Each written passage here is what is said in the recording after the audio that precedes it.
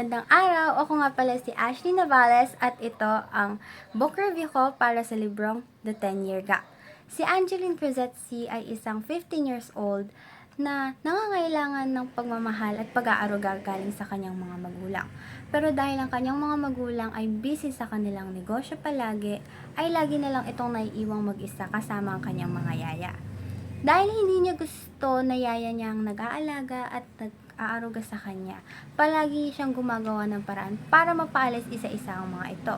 Meron na binubuhusan niya ng tubig, nilalagyan niya ng palaka yung maid's quarter, at syempre meron pa dito yung lahat ginagawa niya para mapaalis niya yung mga yaya niya.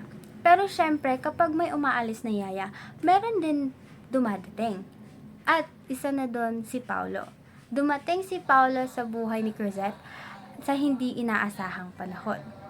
Akala ni Cruzet ay kagaya rin ng ibang mga yaya si Paulo na pagsasamantalahan din siya at iiwan din siya. Si Paulo ang tumibag sa malaking pader na nakabalot sa puso ni Cruzet. At yun din ang isa sa dahilan kung bakit minahal siya ni Cruzet. Hindi rin nagtagal ay nagkaroon sila ng magandang relasyon. Bukod sa pagiging yaya at pagiging driver, ay hindi rin nagtagal nagkagusto rin sa kanya si Cruzet.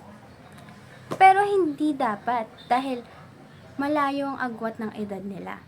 Hindi lamang dahil sa mahuhusgahan sila ng ibang tao, kung hindi rin dahil sa di hamak na mababa lamang ang estado sa buhay ni Paulo.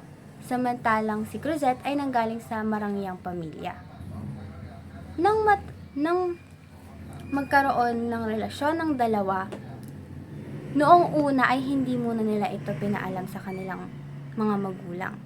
Hanggang sa dumating yung araw na nalaman ng isa pang kasambahay nila Cruzet na nagkaroon ng relasyon si Paulo at si Cruzet. Kaya naman agad naman itong sinabi sa mga magulang ni Cruzet at doon na nga nagkaroon ng pagsubok sa relasyon nilang dalawa.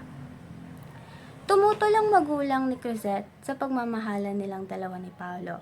Ngunit si Cruzet ay hindi nagpapatinag sa kanyang mga magulang.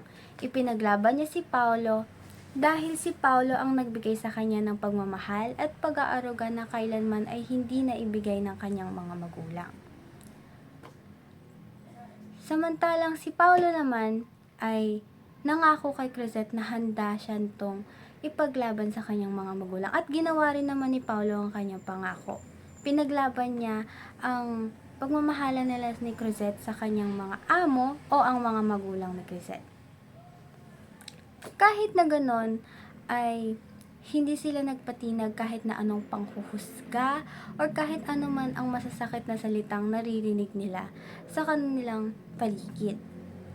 Nagpatuloy pa rin sila sa pagmamahal sa isa't isa at dumating ang maraming pagsubok, ngunit nilagpasan nila ito ng magkasama. Ang pagmamahalan ni Paulo at Angeline ay patunay na walang matigas na tinapay sa mainit na kape.